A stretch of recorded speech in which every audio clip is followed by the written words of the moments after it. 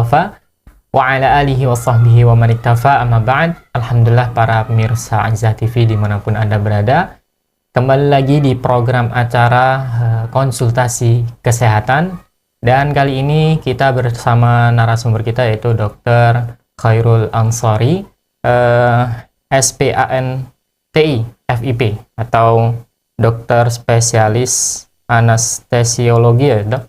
Ya. Kemudian terapi intensif. Tentunya kita panjatkan puja dan puji syukur kita kehadirat Allah Subhanahu wa Ta'ala yang karena karunia dan nikmatnya alhamdulillah kami bisa kembali lagi dalam program acara pada kesempatan kali ini.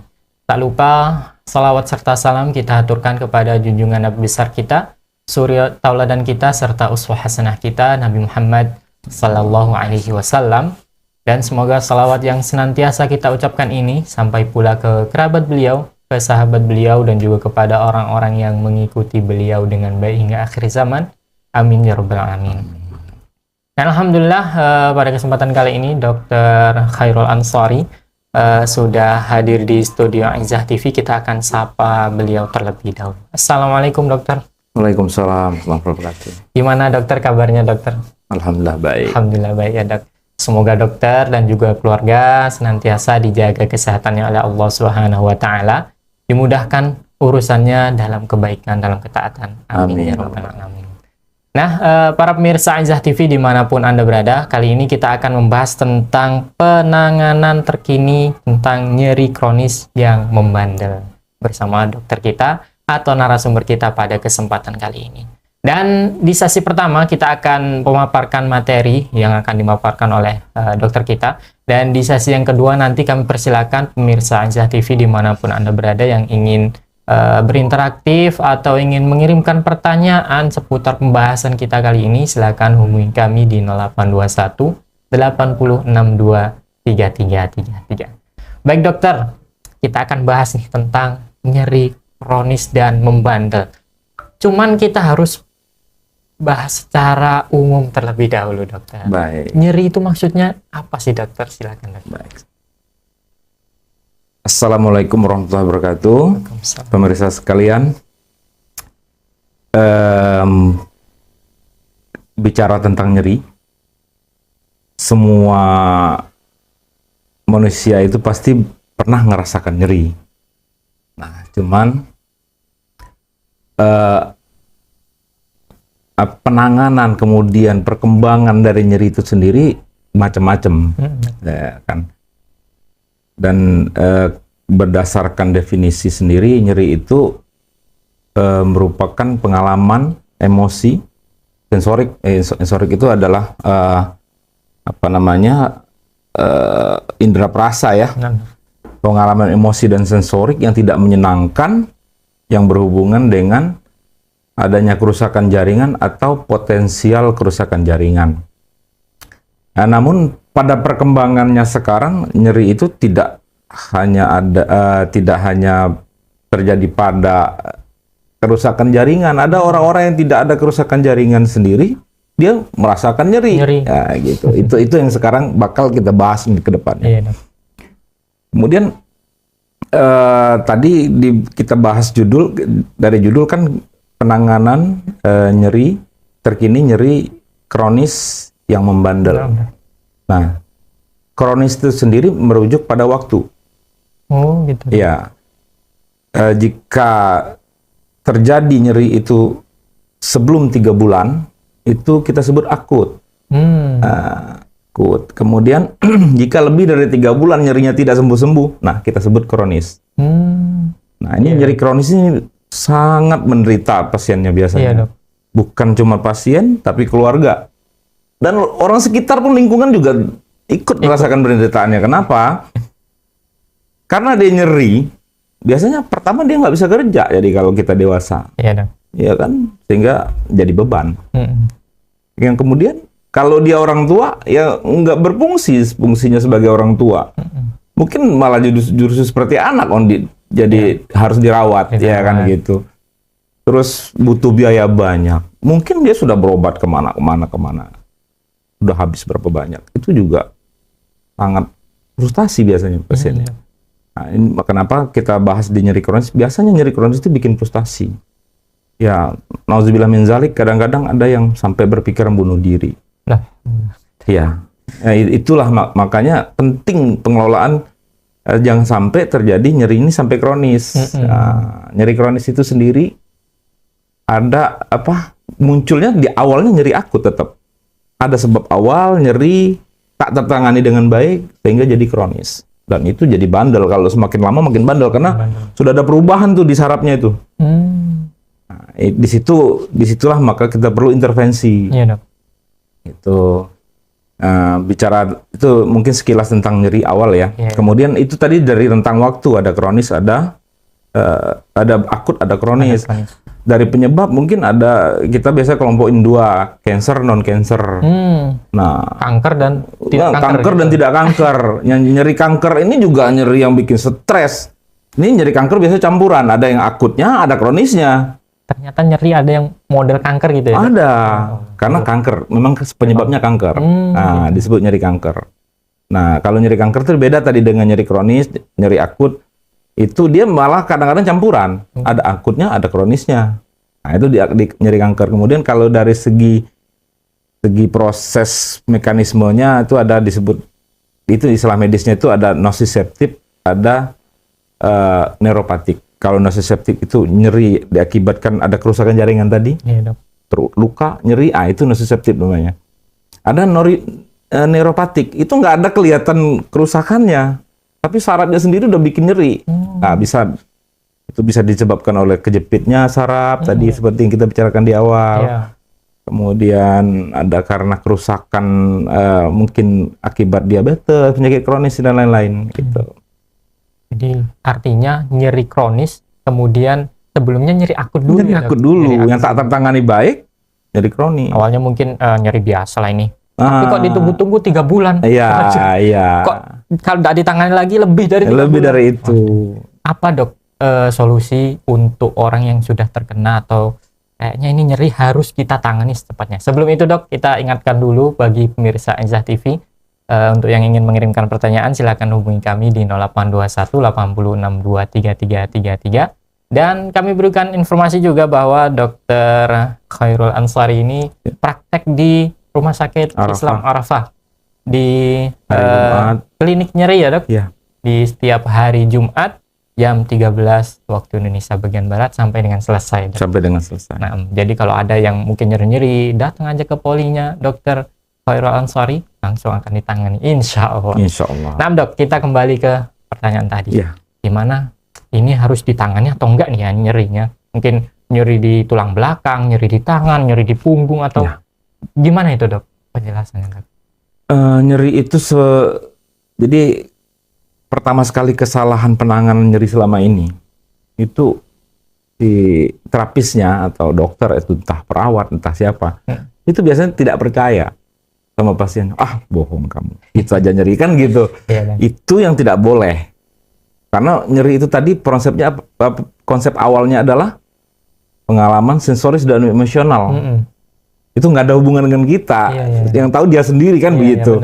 Nah, dengan adanya persepsi yang salah tadi itu bisa bikin kesalahan selanjutnya. Nah, jadi sekecil apapun itu nyeri harusnya ditangani. Kalau begitu ada keluhan nyeri, mulailah kita nilai seberapa berat, tadi lamanya berapa, kita harus nilai.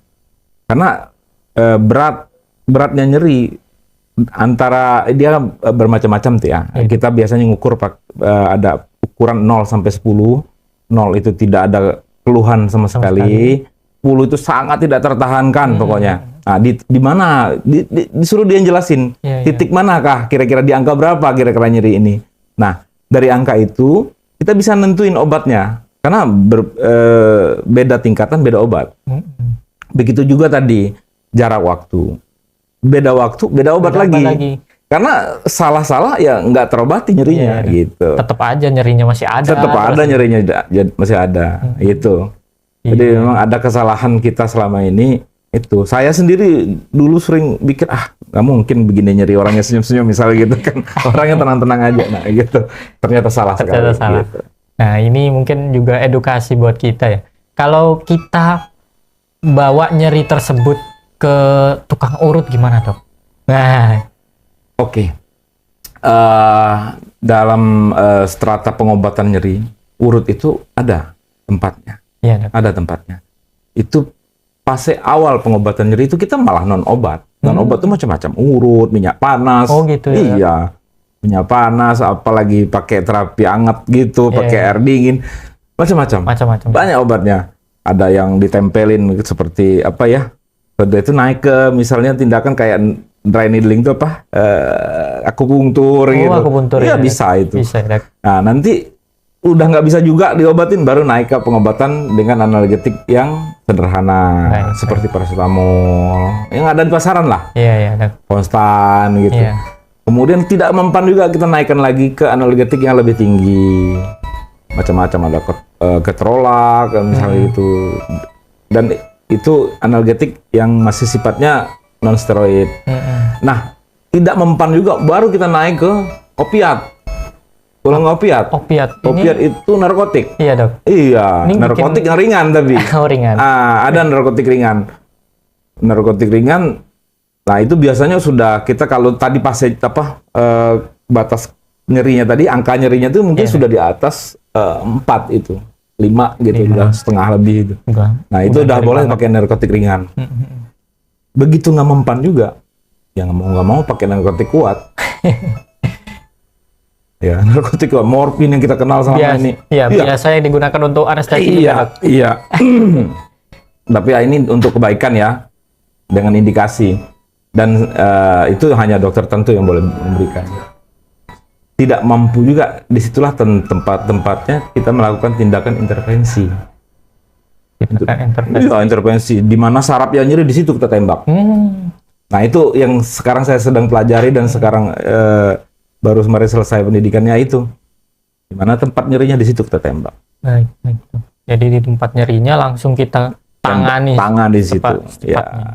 Baik, terima kasih dokter atas penjelasannya. Itu sungguh edukasi yang luar biasa, Dok, untuk para pemirsa Aizah TV dimanapun Anda berada.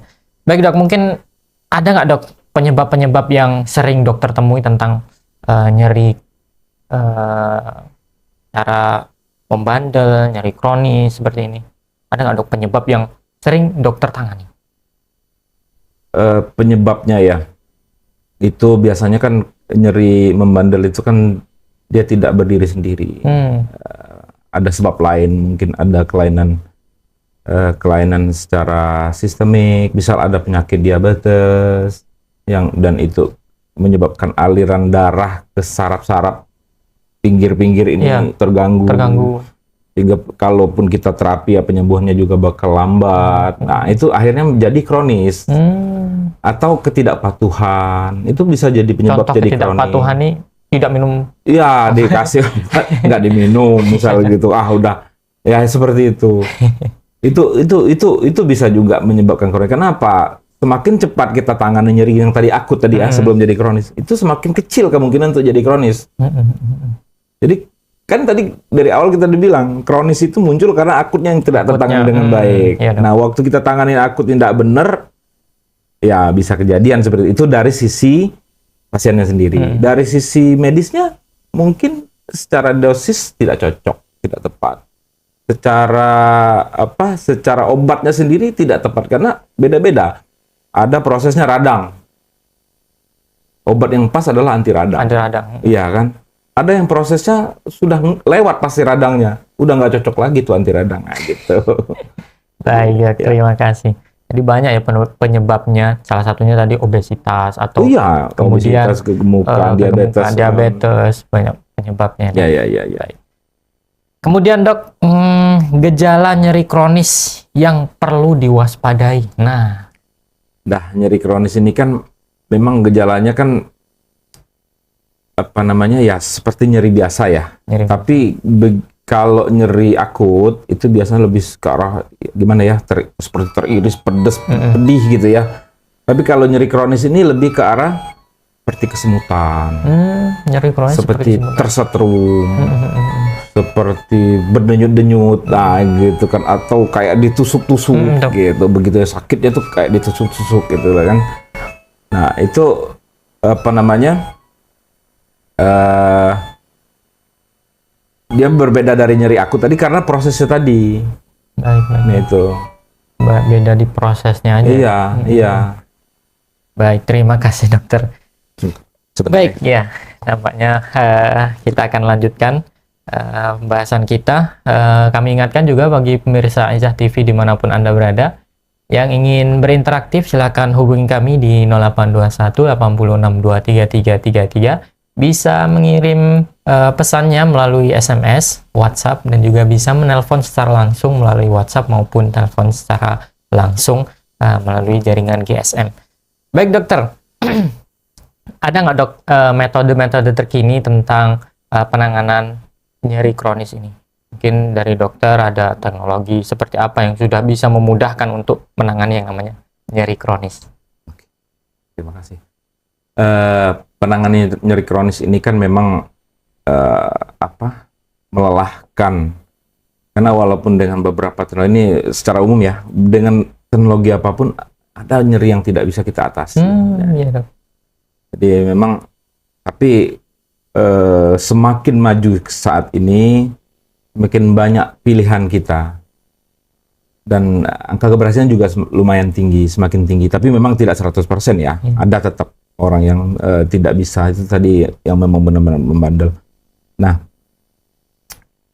untuk penanganan nyeri kronis ini banyak pilihan tadi, mulai dari terapi konservatif tadi, mulai dari diurut, kasih minyak panas, ada koyok cabe, itu tuh masuk tuh dalam ilmu medis, koyok cabe. Tapi kadang-kadang koyok cabe juga hati-hati, kadang-kadang bisa bikin melepuh ya. Nah, tuh. Mungkin kompres air dingin juga. Kompres dingin, macam-macam kompres anget. Itu ilmu yang sudah dibawa sama nenek moyang kita ya kan. Nah, kemudian ada tadi obat-obatan, mulai dari analgetik sedang, ringan, sedang, sampai yang kuat. Nah, yang terakhir tadi kita berbicara tentang intervensi. Nah, intervensi ini kan prosesnya kan adalah mengubah, istilahnya memodulasi sistem penjalanan saraf. Ada yang dihambat, ada yang diperbaiki penjalanan sistem sarafnya. Itu maksudnya gimana, dok? Nah, yang dihambat itu sarafnya ada yang dimatikan, sarafnya, sehingga aliran nyerinya udah nggak hilang gitu ya? Hilang gitu. Itu yang dihambat. Iya. Kemudian ada yang diperbaiki, itu macam-macam. Dengan teknologi sekarang mungkin dia bisa penyuntikan stem cell di tempat nyeri. Bisa gitu ya? Bisa. Kemudian menggunakan obat namanya proliferatif terapi. Di situ ini ada istilah kita regeneratif terapi. Nah, regeneratif itu ada. Jadi obat-obat proliferatif itu adalah dibikin dia terjadi proliferasi lah, istilahnya apa ya? Peradang ringan di tempat di mana saraf tadi sakit. Dengan kita nyuntikkan obat tersebut, dia akan meradang ringan, kemudian akan datang tuh sel-sel pembentuk kembali untuk memperbaiki tadi ya, dok? tempat yang sakit. Gitu. Proses umumnya seperti itu. Itu. Kemudian ada tadi stem cell, ada kemudian kita gunakan darah kita sendiri namanya PRP. Itu plasma plasma darah yang kaya akan platelet trombosit, yang kaya akan sel pertumbuhan, growth factor. Nah, itu kita suntikkan dari darah dia sendiri, kita ambil itu tadi PRP-nya, kita suntikkan di tempat yang sakit. Nah, banyak metode sekarang. Alhamdulillah. Semakin majunya teknologi, jadi semakin mudah kan ya, dok? Iya. Bisa seperti tapi itu hanya tidak bisa itu harus waktu nyuntikan. Bedanya kita dulu kan banyak juga yang suntik-suntik itu, tapi ngeblind, cuman diraba misalnya gitu, ditentukan titiknya suntik. Nah, kalau sekarang kita ternyata ya jaringan itu sangat bersiko kalau kita salah tempat gitu loh. Nah, jadi mau tidak mau ya kita harus pakai panduan. Panduannya ya itu tadi, kita gunakan USG, minimal USG, atau tadi fluoroskopi. Iya, dok. Nah, gitu. Tidak ada metodenya, harus tahu bahayanya kalau resikonya juga berbahaya kalau salah-salah. Baik, terima kasih dokter atas penjelasannya, cukup banyak nih penjelasan dari dokter. Kita akan persilakan bagi pemirsa Aisyah TV yang ingin berinteraktif, silakan hubungi kami di 0821 8062 3333. Baik, ini ada pertanyaan dokter. Ya. Bismillah, boleh tanya, obat nyeri yang aman dikonsumsi, yang aman di lambung dan ginjal, ada nggak dok? Oke, obat nyeri ini kan sebentar dok, ada nampaknya ada penelpon yang masuk. Kita kunci dulu pertanyaannya dok. Oke, siap. Kita persilakan bagi pemirsa Aisyah TV yang menelpon saat ini. Baik, halo, ya. Assalamualaikum. Waalaikumsalam warahmatullahi wabarakatuh. Baik, dengan siapa di mana? Dengan Ibu Aryani. Ya, Ibu Aryani, barakallahu fiik. Terima kasih sudah menghubungi program acara konsultasi kesehatan. Silakan Ibu Aryani untuk pertanyaannya. Iya, mau izin bertanya dok. Ya. Kan Anani kayak nyeri pinggang, tapi udah lama. Ya. Jadi kalau bangun tidur tuh seperti pinggang tuh kayak kaku gitu dok. Jadi pas mau duduk agak bungkuk itu sakit. Ya, tapi ya. kalau udah agak siangan, sekitar mungkin udah siang udah banyak aktivitas, nggak sakit lagi. Tapi kalau bangun tidur pasti kayak gitu dok. Bangun tidur sakit Bu ya? Iya, tapi ya itu jadi nggak bisa agak bungkuk. Jadi harus tegangin dulu badan. Sakit bener dok. Iya. Itu udah lama dok. Anak kira ya bisa hilang. Ternyata kayaknya sakitnya tuh lebih nambah kayaknya. Baik. Sudah berapa bulan Ibu? Udah tahunan kayaknya. Tahunan. Ibu kalau posisi miring, posisi putar badan ke samping atau ke belakang itu tambah berat atau tambah ringan Ibu? Kalau pas sakit nggak pernah diapa-apain sih dok. Maksudnya kalau pas sakit ya udah tegangin aja kan. Maksudnya kalau duduk ya ditegangin aja, nggak berani bungkuk, sakit kalau bungkuk. Oke. Baik, Ibu, cukup itu saja pertanyaannya. Iya, itu aja. Menjalar Ibu? Oh enggak dok, paling ya di pinggang sini terus kalau enggak ke punggung enggak. Baik. Ya, syukron ya dok. Ya. Assalamualaikum. Waalaikumsalam warahmatullahi wabarakatuh. Terima kasih Bu Aryani atas pertanyaannya. Jadi itu tadi dokter mungkin ada kesimpulan juga. Beliau nyeri pinggang, kaku, kemudian kalau bungkuk sakit tadi ya dok. Iya. Kemudian siang hilang. Bangun tidur sakit. Bangun tidur sakit. Kemudian penjelasan. Silakan dokter. Oke. Assalamualaikum warahmatullahi wabarakatuh. Bu Aryani, ini dari yang pertama atau yang ini dulu? Yang ini dulu. Ini dulu. Dari gambaran sekilas itu memang nampaknya memang ada masalah di tulang punggung ibu. Tapi itu mungkin tidak mengenai akar sarafnya, sehingga nyeri hanya di pinggang saja. Kalau kena akar saraf itu udah pasti sampai ke kaki biasanya gitu, minimal menjalar sedikit gitu. Kalau di istilah medisnya seringnya kejadian ini kita sebut facet joint pain, ya, nyeri pada facet joint, sendi facet gitu. Yang banyak terjadi pada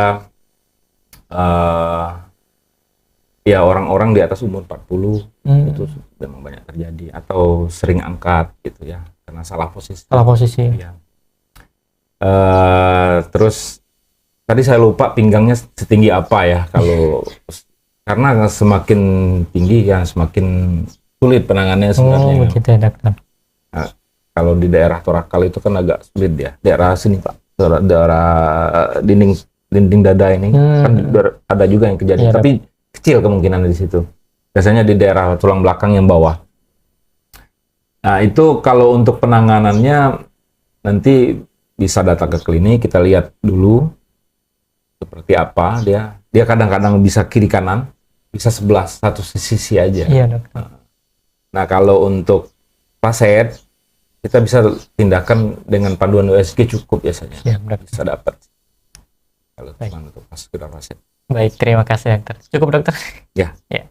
Baik ya, terima kasih dokter atas penjelasannya atau jawabannya untuk Ibu Aryani. Tadi kita belum tahu ya domisilinya di mana. Iya. Kalau seandainya di Jambi, boleh langsung ke klinik dokternya di klinik nyeri di Rumah Sakit Islam Arafah. Kalau seandainya di luar domisili Kota Jambi atau di luar dari Provinsi Jambi, silakan datang ke fasilitas kesehatan terdekat ya, dokter. Bisa ke Vaskes 1 dulu atau langsung ke rumah sakit terdekat.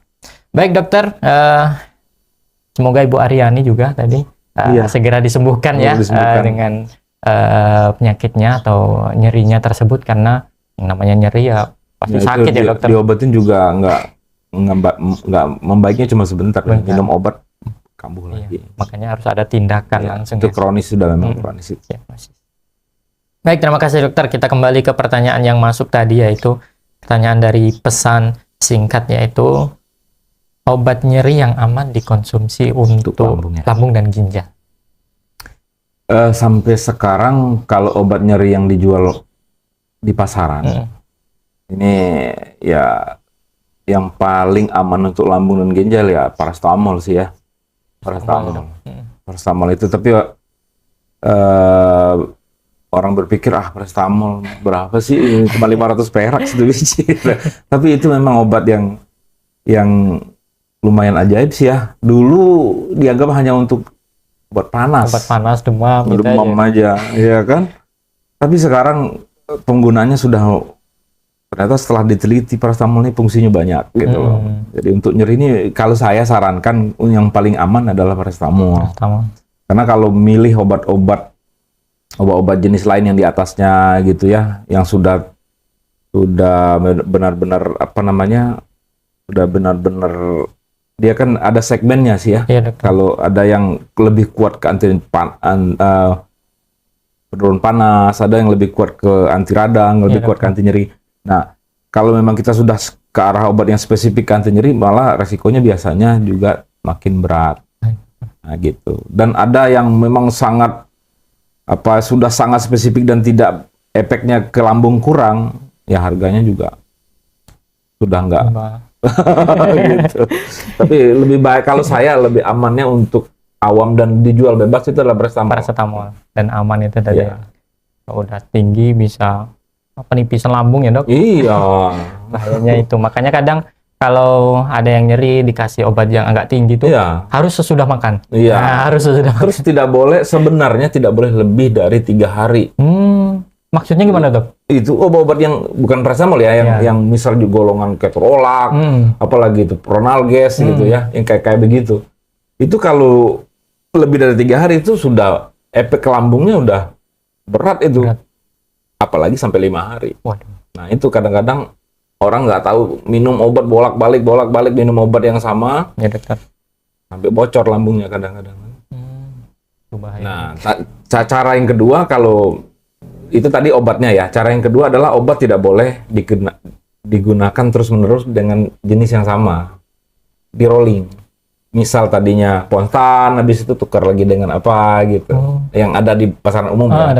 Gitu. Karena kalau tetap itu terus, efeknya terus saja makin dalam efek sampingnya.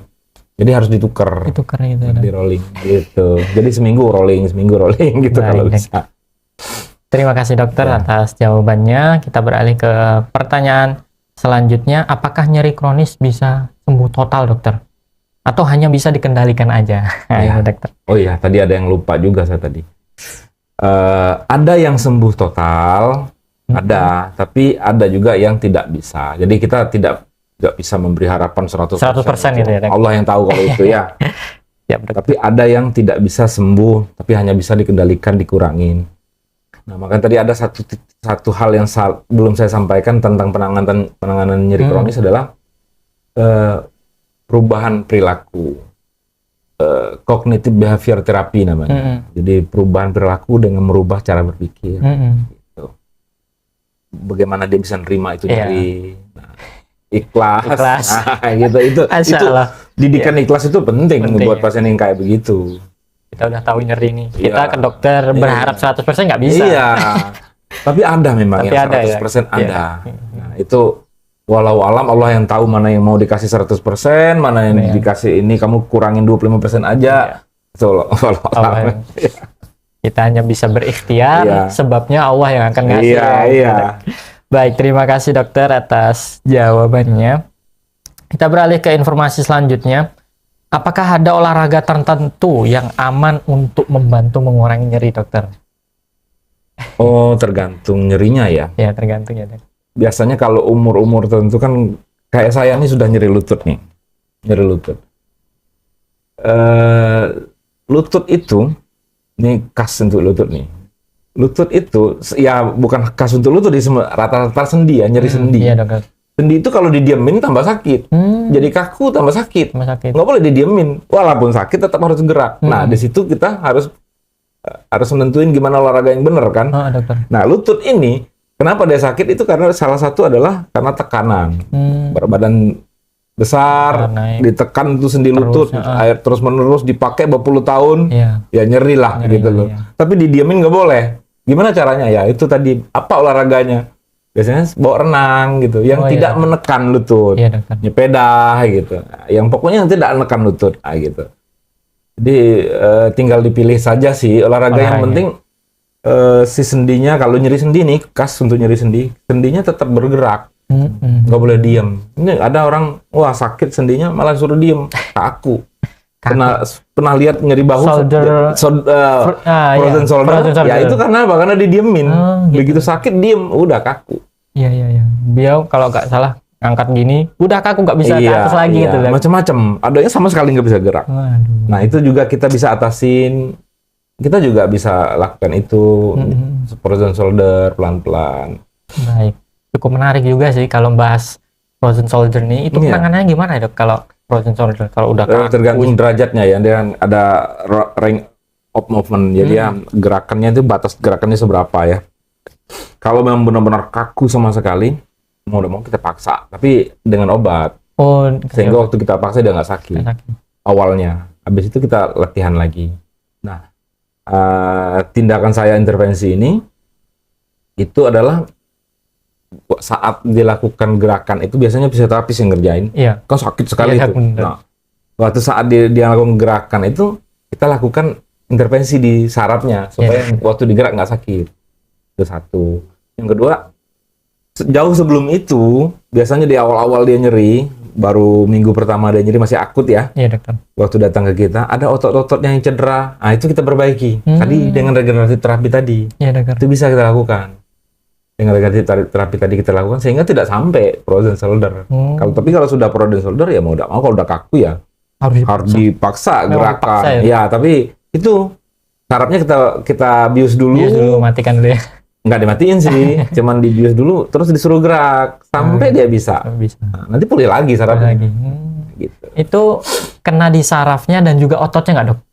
Bisa di sarafnya, tapi saraf bukan saraf utama ya, yang menggerakkan bukan. Saraf yang cuman yang mensarapi sendinya untuk nyerinya aja. Biasanya sih yang paling banyak ototnya.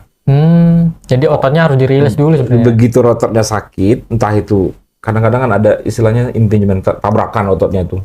Bertabrakan sama tulang bersama-sama otot. Itu bikin sakit sekali itu. Nah, sehingga dia takut bergerak. Gara-gara takut bergerak inilah jadi kaku. Iya, gitu. Baik, terima kasih dokter atas jawabannya. Ini pertanyaan juga, dokter. Berapa lama waktu yang biasanya diperlukan untuk melihat hasil sembuhnya nyeri kronis? Kita biasanya kalau regeneratif terapi kita follow up-nya tiap 3 bulan. 3 minggu. 3 pekan. 3 minggu. Nanti kalau 3 minggu belum ada sudah ada pengurangan tapi masih nyeri, datang lagi. Kalau sudah nggak ada ya sudah, ngapain datang lagi kan gitu. Biasanya 3 minggu kita kasih patokan gitu. Kalau untuk yang tadi regeneratif terapi tadi.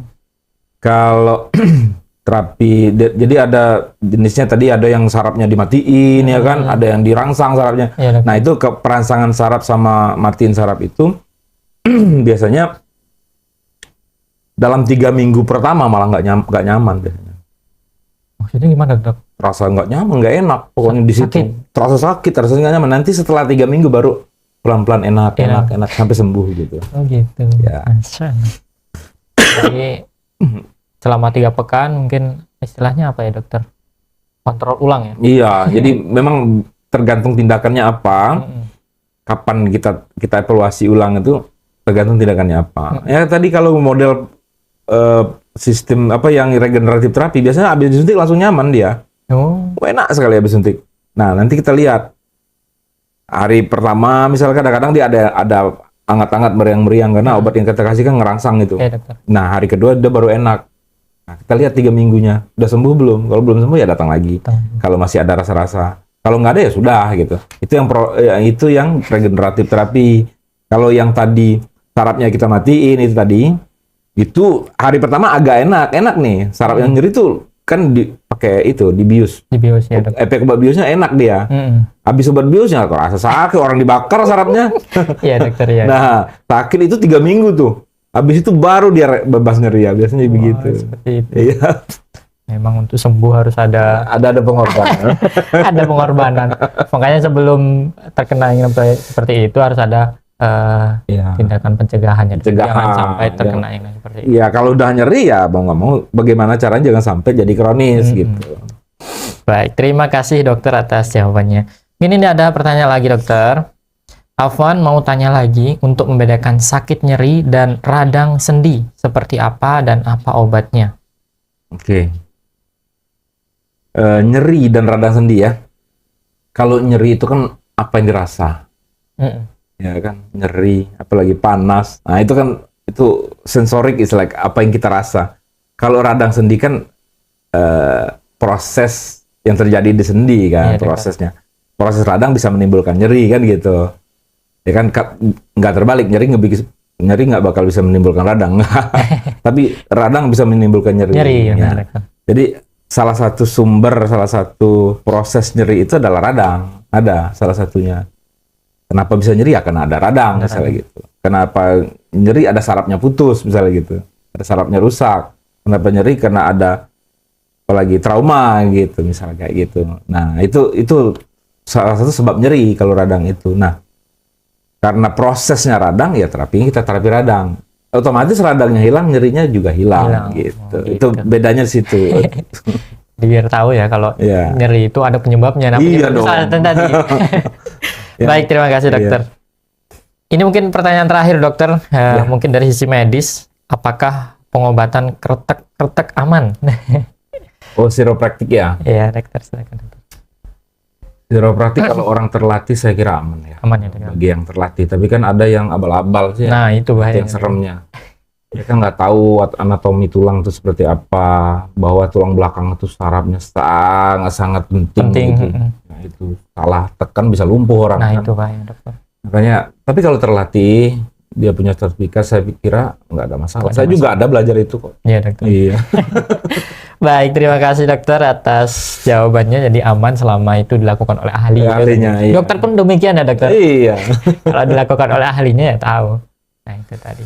Baik, terima kasih dokter atas edukasinya untuk masyarakat Indonesia, tentunya bagi pemirsa Izzah TV juga. Kami ucapkan syukron jazakumullahu khairan kepada dokter atas materi yang sudah disampaikan. Semoga dokter bisa kembali lagi ke studio Izzah TV, memberi edukasi lagi kepada pemirsa, seluruh pemirsa yang ada di Izzah TV di seluruh Indonesia. Amin ya rabbal alamin.